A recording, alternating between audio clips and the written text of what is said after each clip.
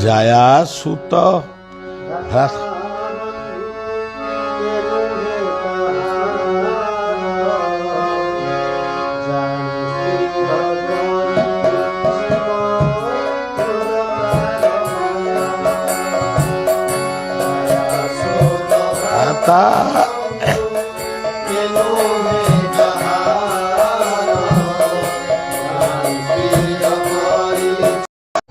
এই জায়া সুত ভাই স্ত্ରୀ পুତ୍ର କନ୍ୟା ଭାଇ ବନ୍ଧୁ ଏଇମାନଙ୍କୁ ନେଇ ଆଜି ପୃଥିବୀ ଗୋଟିଏ ପରିବାରରେ ନିଶ୍ଚିତ ଭାବରେ କରିବାକୁ ହବ। ଯଦି କର୍ତ୍ତବ୍ୟ ନ କରିବ ତାହେଲେ ତମେ ପ୍ରକୃତରେ କର୍ମଦ୍ରୋହୀ ହେଇଯିବ। କର୍ମଦ୍ରୋହୀ ହେବା ଯାହା ଭଗବତ ଦ୍ରୋହୀ ହେବା ମଧ୍ୟ ସେୟା। ତେଣୁ ଏମାନେ ଯେ ଘୂର୍ଣ୍ଣ୍ୟର ପାତ୍ର ଇଏ କଥା କେବେ ନୁହଁ।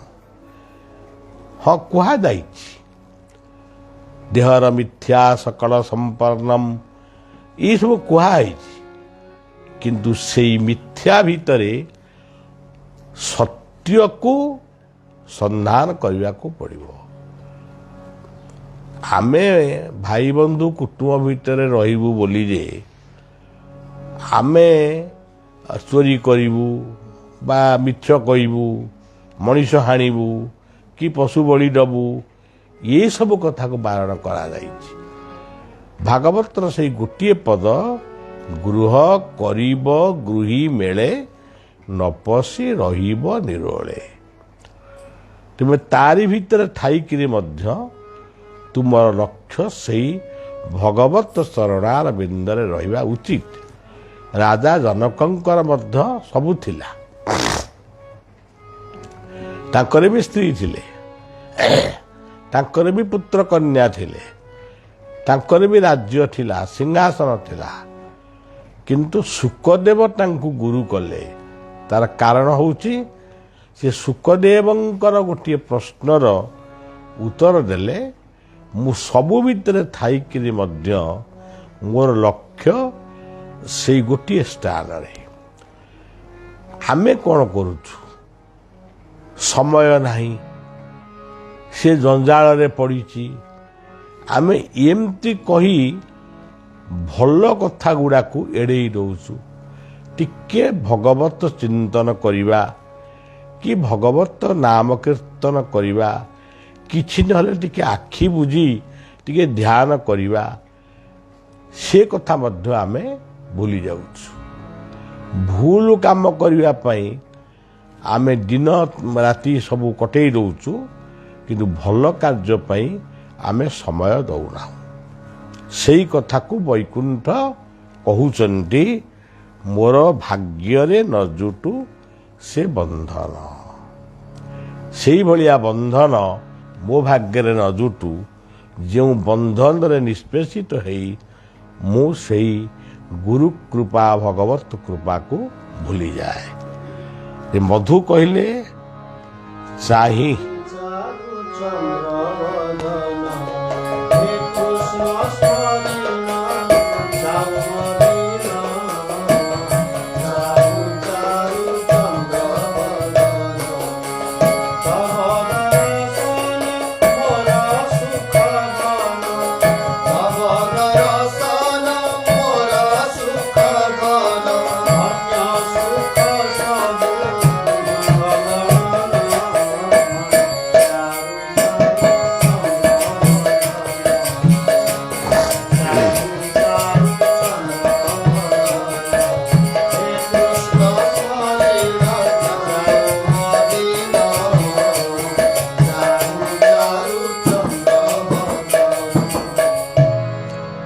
ଏଠି ମଧୁସୂଦନ କହୁଛନ୍ତି, ହେ ପ୍ରଭୁ,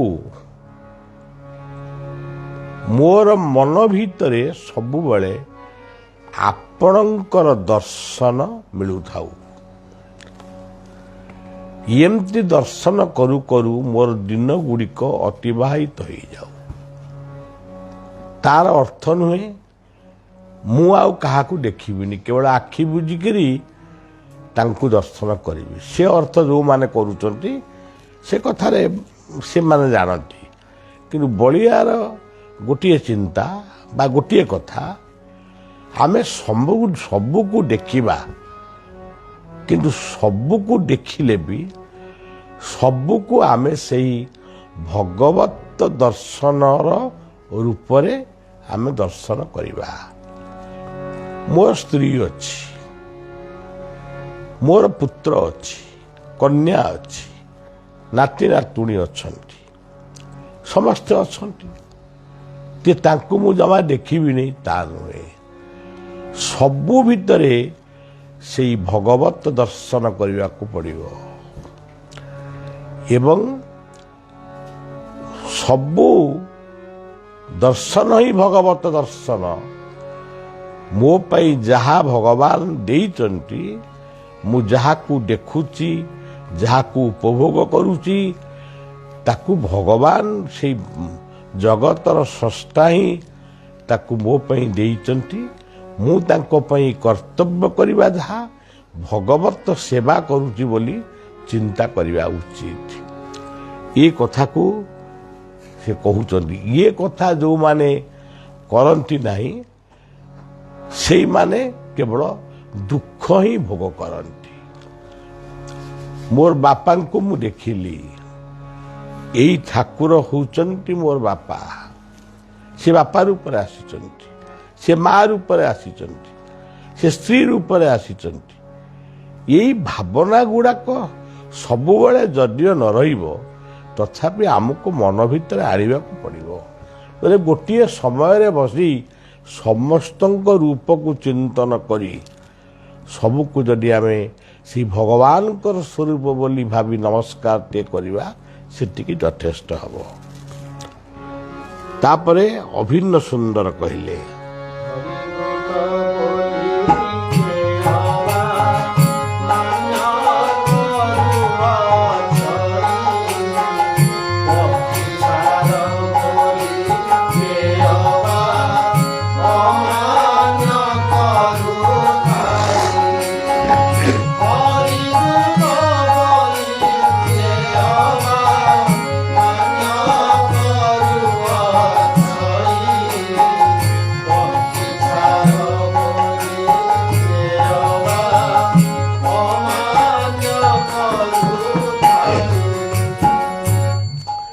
ଆପଣମାନେ ଦେଖନ୍ତୁ, ଯେଉଁଠି ବିଷ୍ଣୁଙ୍କର ମନ୍ଦିର ଅଛି ତାର ସମ୍ମୁଖରେ ଗୋଟେ ଗରୁଡ଼ ପକ୍ଷୀ ବସିଛନ୍ତି।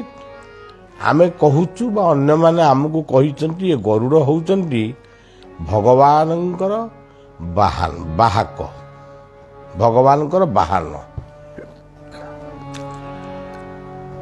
ଏଠି ପ୍ରଶ୍ନ ମନରେ ଆସେ, କ'ଣ ଗୋଟିଏ ଗରୁଡ଼ ପକ୍ଷୀକୁ ସେ ନେଇଯାଇଛନ୍ତି ଭଗବାନ?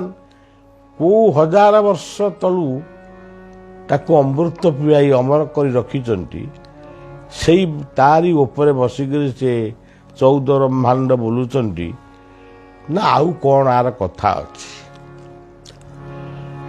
ଗୀତାରେ କହିଲେ, ହେ ଅର୍ଜୁନ ବୈନତେୟସ୍ୟ ପକ୍ଷୀଣାମ୍, ମୁଁ ପକ୍ଷୀମାନଙ୍କ ମଧ୍ୟରେ ଗରୁଡ଼। ଆପଣ ଦେଖନ୍ତୁ, ସବୁ ପ୍ରକାର ପକ୍ଷୀ ଆପଣ ଦେଖୁଛନ୍ତି। ଅନେକ ପକ୍ଷୀ ଆଉ ଦେଖାଯାଉନାହାନ୍ତି, ତାଙ୍କ ବଂଶ ଲୋପ ପାଇଗଲାଣି। ତେବେ ଯେଉଁମାନଙ୍କୁ ଆମେ ବର୍ତ୍ତମାନ ଦେଖୁଛୁ, ଆମେ କହୁଛୁ ସେଗୁଡ଼ାକ ପକ୍ଷୀ, ଏଗୁଡ଼ାକ ପଶୁ। କିନ୍ତୁ ଏମିତି ଏକ ସମୟ ବି ଆସିବ, ସେ ପକ୍ଷୀ ବି ଆଉ ଦେଖାଯିବେନି। ଧୀରେ ଧୀରେ ସେମାନଙ୍କ ବଂଶ ଲୋପ ପାଇଯାଉଛି। ପରିବେଶ ବିଷାକ୍ତ ହେବା ଦ୍ୱାରା ଇଏ ସବୁ ଚାଲିଯାଉଛି। କିନ୍ତୁ କଥା ହେଉଛି, ଗୋଟିଏ ଗରୁଡ଼ ପକ୍ଷୀ ପୃଥିବୀରେ ଏବେ ବି ଅଛନ୍ତି, କିନ୍ତୁ ଭାରତରେ ସେ ନାହାନ୍ତି। ଆଫ୍ରିକା ଜଙ୍ଗଲରେ ଅଛନ୍ତି ବୋଲି କେହି ମତ ଦିଅନ୍ତି। ତେବେ ଇଏ ଗରୁଡ଼ ପକ୍ଷୀକୁ କାହିଁ ସେ ବାହନ କଲେ? ଯେଉଁମାନେ ଭଗବାନ ବିଷ୍ଣୁଙ୍କର ଭକ୍ତ, ସେ ଗରୁଡ଼ ପକ୍ଷୀଙ୍କୁ ସେ ଭଗବାନଙ୍କ ପାଖରେ ସମର୍ପିତ କରି ବାହନ ରୂପରେ ସେ ପୂଜା ପାଉଛନ୍ତି। ତାଦ୍ୱାରା ସେ ପକ୍ଷୀ ଯଦି କିଛି ଅଂଶରେ ବଞ୍ଚିଛନ୍ତି କେବଳ ଭଗବାନ ବିଷ୍ଣୁଙ୍କର ବାହନ ହିସାବରେ ବଞ୍ଚିଛନ୍ତି। ଆଜି ଯଦି କିଛି ବୃଷଭ ବଞ୍ଚିଛନ୍ତି ସେ ଶିବଙ୍କର ବାହନ ହିସାବରେ ବଞ୍ଚିଛନ୍ତି। ପ୍ରକୃତରେ ଶିବଙ୍କର ବାହନ ଯେ ବୃଷଭ ସିଏ ହେଉଛି ଧର୍ମରୂପକ ବୃଷଭ।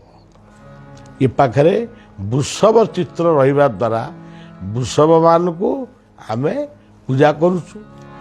ଗରୁଡ଼ ପକ୍ଷୀକି ଦେଖିବା ଦ୍ୱାରା ଆମେ ଗରୁଡ଼ ପକ୍ଷୀକୁ ମଧ୍ୟ ପୂଜା କରୁଛୁ ଏବଂ ତାକୁ ସୁରକ୍ଷା ଦେଉଛୁ। କାର୍ତ୍ତିକଙ୍କ ବାହନ ମୟୂର ମଧ୍ୟ ସେଇଆ। ତେଣୁ ମଣିଷ କେବଳ ବଞ୍ଚିବ, ସମସ୍ତ ପଶୁପକ୍ଷୀମାନେ ମରିବେ, ଇଏ ଭାବନା ଆଣନା। ଆକୁ ହୀନ ମନା ବା ହୀନ ଦୃଷ୍ଟିରେ ଆମେ ଦେଖୁ, ଏଗୁଡ଼ା ପକ୍ଷୀଟା।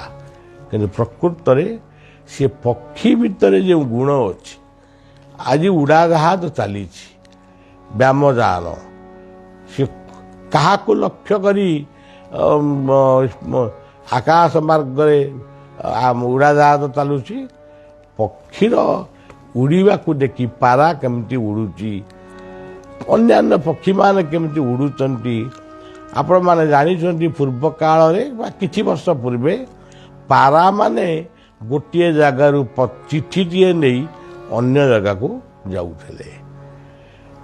ତେଣୁ ପଶୁ ପକ୍ଷୀ ବୋଲି ତାଙ୍କ ପ୍ରତି ହୀନ ଦୃଷ୍ଟି ଆମମାନଙ୍କ ରହିବା ଉଚିତ ନୁହେଁ। ଏ ଠାକୁର ଅଭିରାମ ଏହା ହିଁ କହିଲେ। ଆଚ୍ଛା, ସମସ୍ତଙ୍କ ଭିତରେ ସେଇ ଭଗବାନ ଅଛନ୍ତି, ଏଇ ଭାବନା ଆଣ। ଆଚ୍ଛା, ଆଉ ଗୋଟିଏ କଥା ହେଉଛି, କାଲି ଗୋଟିଏ ପଦର କିଛି ଅଂଶ ଆଲୋଚନା ହେଇଥିଲା।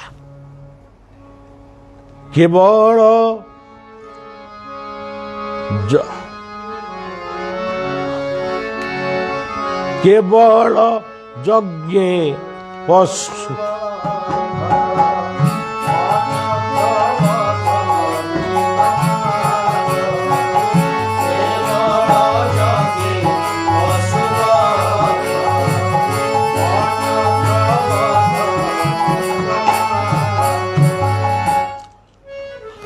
ପଶୁ କହିଲେ ଅଜ୍ଞାନ।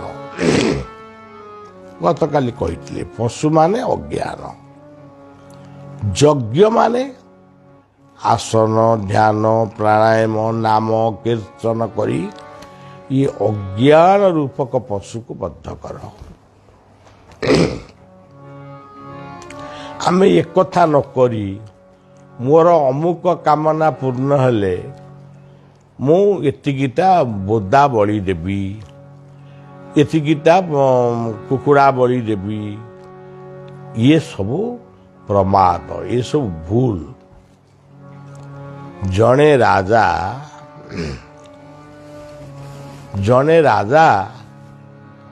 108ଟି ବୋଦା ବଳି ସେ ମାନସିକ କରିଥିଲେ। କାହିଁକି ମାନସିକ କରିଥିଲେ? ତାଙ୍କର ପୁଅଟିଏ ଯଦି ହବ ସେ ବୋଦା ବଳି ଦେବେ। ଦେଖନ୍ତୁ, ଇଏ ପୁରୁଣା କାଳର କଥା।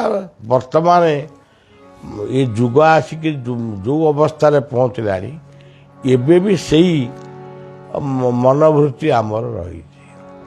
ପୁଅଟିଏ ହବ, ଝିଅଟିଏ ହେଲେ କେହି ଜାଣିବେ ନାହିଁ। ତେଣୁ ଏ କଥା ଆପଣମାନଙ୍କୁ ଆଉ କ'ଣ କହିବି? ଯେଉଁମାନଙ୍କର ଝିଅ ଜନ୍ମ ହେଇଛି, ମାନେ କ୍ୱଚିତ ଲୋକ, ମାନେ ଖୁବ୍ କମ୍ ଲୋକ ସେ ଜନ୍ମକୁ ମାନେ ସ୍ୱାଗତ କରୁଛନ୍ତି, ମୋର ଝିଅଟିଏ ହେଇଛି। କିନ୍ତୁ ଏମିତି ଲୋକ ଅଛନ୍ତି ଯେମିତି ପିଲାଙ୍କ ଭଳି କାନ୍ଦନ୍ତି, ମୋର ପୁଅଟିଏ ନାହିଁ, ମୋ ଶାଶୁ ଏମିତି କହୁଛି, ମୋ ବୋହୂ ଏମିତି। ସେତିକି ବେଳେ ମୋତେ ବଡ଼ ବିରକ୍ତ ଲାଗେ। ପିଲାଙ୍କ ଭଳିଆ କାନ୍ଦୁଛୁ। ପୁଅ ଗୁଡ଼ିକ କେବଳ ବୈକୁଣ୍ଠକୁ ନେବେ, ଝିଅ ଗୁଡ଼ିକ ନର୍କକୁ ନେବେ ନା କ'ଣ?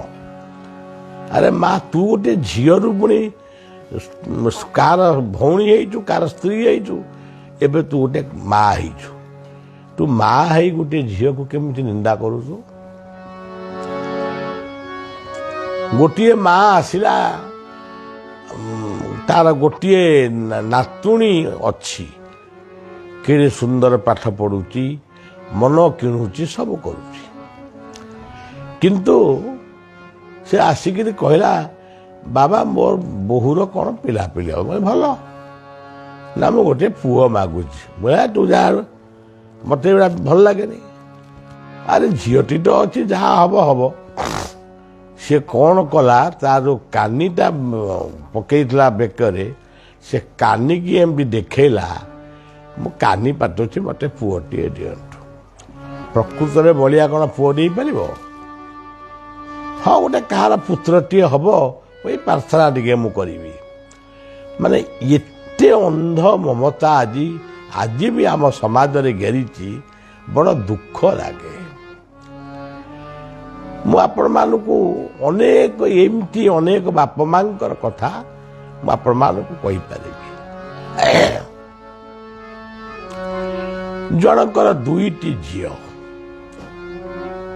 ଗୋଟିଏ ଝିଅ ବିବାହ ହେଇଯାଇଛି, ଝିଅଟି ବିବାହ ହେଇ ଚାଲିଯାଇଛି, ଆଉ ଗୋଟିଏ ଝିଅ ବିବାହ ହେବା ପାଇଁ ଅଛି, ବୟସ ହେଇଗଲାଣି, ତଥାପି କହୁଛି ବାବା ମୋର ଦୁଇଟି ଝିଅ, ପୁଅ ନାହାନ୍ତି। ମୁଁ କହିଲି ବାବୁ କାହିଁକି ଏ ମାୟାରେ ବାୟା ହଉଛ? ତେଣୁ ସଜ୍ଜନ, ଆଜି ଅନେକ ଜାଗାରେ ଆପଣ ଦେଖିବେ, ଇଏ ପୁଅ ମାଗୁ ମାଗୁ ପୁଅ ହଉଛି, ସେ ବିଜ୍ଞାନ ମାଧ୍ୟମରେ ହଉ କି ଧର୍ମ ମାଧ୍ୟମରେ ହଉ। ପୁଅଟି ପାଠ ପଢ଼ି 15 ବର୍ଷ ପରେ ପରେ ପୁଅ ଆଉ ବାପା ମାଙ୍କ କଥାରେ ରହୁନାହାନ୍ତି। କେତେକ ପୁଅ ରହୁଛନ୍ତି, ସବୁ ପୁଅ ନୁହନ୍ତି। ଏତେ ଅଭଦ୍ର ପଥକୁ ସେମାନେ ଯାଉଛନ୍ତି, ବାପ ମା ମୁଣ୍ଡ ବ୍ୟଥାର କାରଣ ହେଉଛି। ସେଇ ଲୋକ ଆସି କୁହନ୍ତି, ମୁଁ ସେତିକି ବେଳେ ମନେ ପକେଇ ଦିଏ, ତୁମେ ତ କାନ୍ଦୁଥିଲ ପୁଅଟିଏ ହେବା ପାଇଁ, ପୁଣି ଏବେ କାହିଁ କାନ୍ଦୁଛ? ତାପରେ ପୁଅଟି ବିବାହ ହେଇଗଲା, ତାପରେ ଆହୁରି ଭୟାନକ ପରିସ୍ଥିତି। ତେଣୁ ହେ ମଣିଷ, ଯଦି ଝିଅଟିଏ ଜନ୍ମ କରିଛ, ଝିଅଟିକୁ ସଂସ୍କାର ଦିଅ। ଯଦି ପୁଅଟିଏ ଜନ୍ମ କରିଛ, ପୁଅଟିକୁ ସଂସ୍କାର ଶିଖାଅ। ଝିଅ ବାପା ମାଙ୍କ ଆଦର୍ଶାୟିତ ନୁହେଁ, ପୁଅ ମଧ୍ୟ ନୁହେଁ। ଏହା ଦ୍ୱାରା ସୁସ୍ଥ ସମାଜ ଗଠନ ହବ ତ? ଏଇ ହେଉଛି କଥା। ତେବେ ସେ ରାଜା 108 ବୋଦାବଳି ଦେବେ ବୋଲି ଗୋଟେ ମାନସିକ କଲେ। ପୁଅଟିଏ ହେଲା, ତେଣୁ ସେ 108 ବୋଦାବଳି ଦେବେ। ଆଉ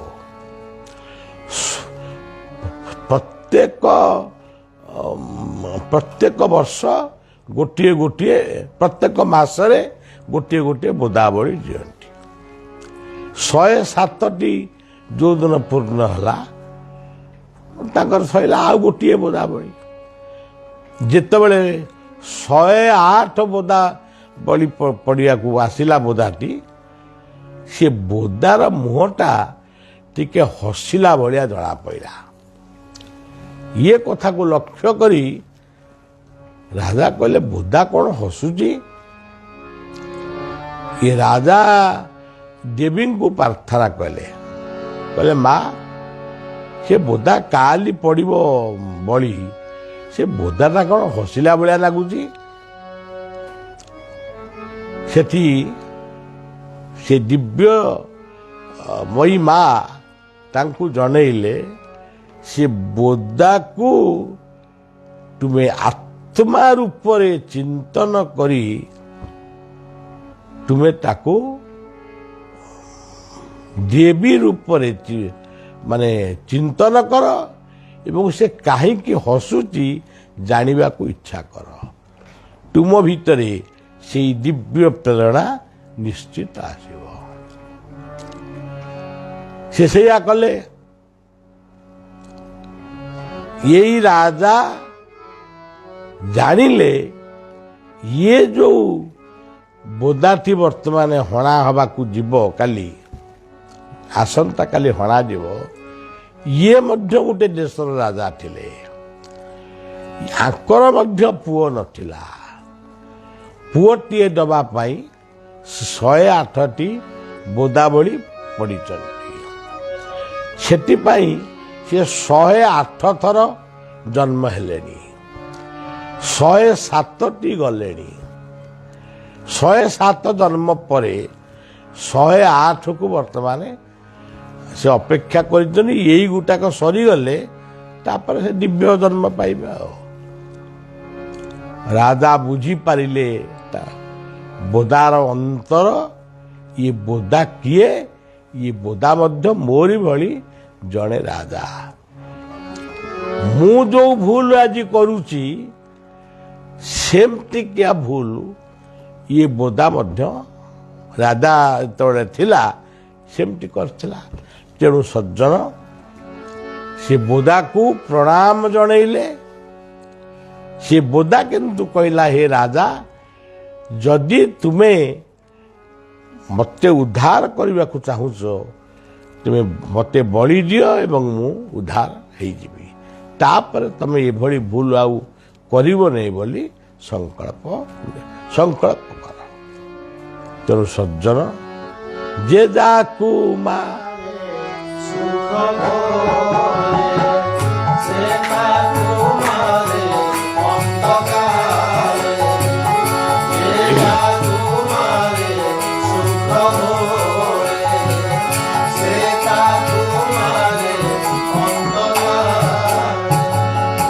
ଆଜି ଅନେକ ଜାଗାରେ ବଳି ପ୍ରଥା ବନ୍ଦ ହେଇଗଲାଣି ଏବଂ ଅନେକ ଜାଗାରେ ମଧ୍ୟ ଚାଲିଛି। ଅନେକ ଜାଗାରେ ବଳି ଦେବା ପ୍ରଥା ମାନେ କମି ଯାଇଛି, ମାନେ ଗୋଟିଏ ବଳି ପଡ଼ୁଛି। ତେଣୁ ତୁମେ ଯେଉଁ ଜୀବକୁ ମାରି ତାର ମାଂସ ଖାଉଛ, ଜୀବ ମାରିଣ ସେ ଜୀବ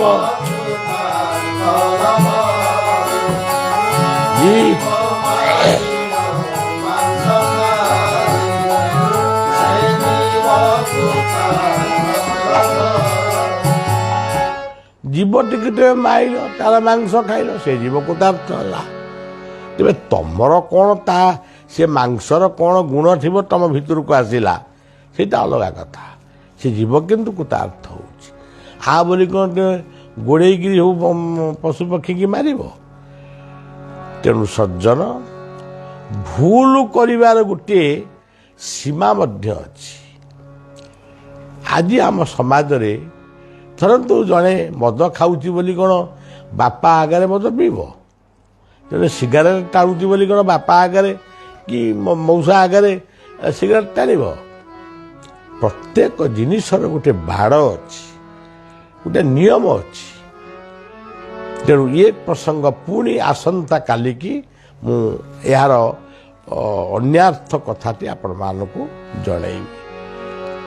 ତେଣୁ ବର୍ତ୍ତମାନ ବର୍ଷା ଦିନ, ଥଣ୍ଡା ଜ୍ୱର ବ୍ୟାପୁଛି, ସେଥିପାଇଁ ଆପଣମାନେ ସତର୍କ ରହିବେ।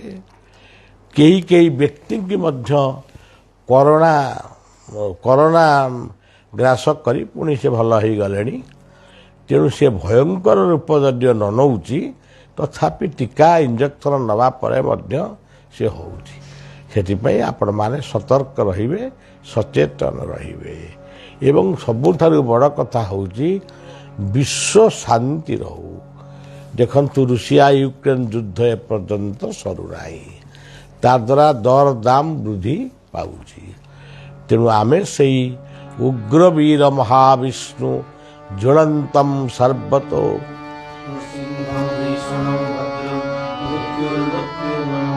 ସେଇ ନୃସିଂହ ମହାବିଷ୍ଣୁଙ୍କୁ ବଳିଆ ପ୍ରାର୍ଥନା କରୁଛି ବିଶ୍ୱଯୁଦ୍ଧ ବିଭକ୍ତ ହଉ। ତେଣୁ ମୋର ଦେହ ଭଲ ଅଛି, ଥଣ୍ଡା ଟିକେ ହବ, କାଶ ଟିକେ ହବ, କ୍ଳାନ୍ତି ଟିକେ ଲାଗିବ, ଏଇଟା ସ୍ୱାଭାବିକ କଥା। ତେଣୁ ଟିକେ ଥଣ୍ଡା ହବ କି କାଶ, ଜ୍ୱର ବି ହେଇନି।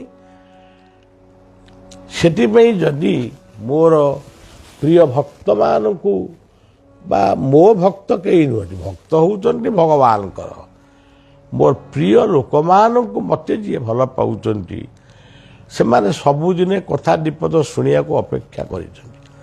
ତେଣୁ ମୋତେ ଯେତେ କଷ୍ଟ ହେଲେ ବି ମୁଁ ଭାବୁଛି ନାଇଁ 10-15 ମିନିଟ୍ ଅଧଘଣ୍ଟା କହିଦେବି, କହିଦେଉଛି। ମୁଁ ଶୋଇକିରି କାହିଁକି କହିଲି? ଆରେ ଶୋଇକି ତ କହିଲି ମାନେ ମୋ ପାଟି ତ ଖନି ବାଜିନି, ଆପଣମାନେ କାହିଁ ଏତେ ବ୍ୟସ୍ତ ହେଉଛନ୍ତି? ମୁଁ ବି ଶୋଇକିରି କହିକିରି ବି କହିଲି ଟିକେ କ୍ଳାନ୍ତି ଲାଗୁଛି, ଉଠି ପାରୁନି, ତେଣୁ ମୁଁ ଟିକେ ଏମିତି କହୁଛି, ମୋ ଦେହ ଭଲ ଅଛି। ତା ସତ୍ତ୍ୱେ ବି ଅନେକଙ୍କ ମନରେ ଦୁଃଖ, ନା ନା ବାବା କାହିଁକି ଶୋଇଲେ, କାହିଁକି କହିଲେ? ତେଣୁ ସଜ୍ଜନ, ଇଏ ସବୁ ଛୋଟ ଛୋଟ କଥାରେ ମନ ନ ଦେଇ ନିଜେ ସୁସ୍ଥରେ ରୁହନ୍ତୁ, ଅନ୍ୟମାନେ ସୁସ୍ଥରେ ରହିବା ପାଇଁ ପ୍ରାର୍ଥନା କରନ୍ତୁ।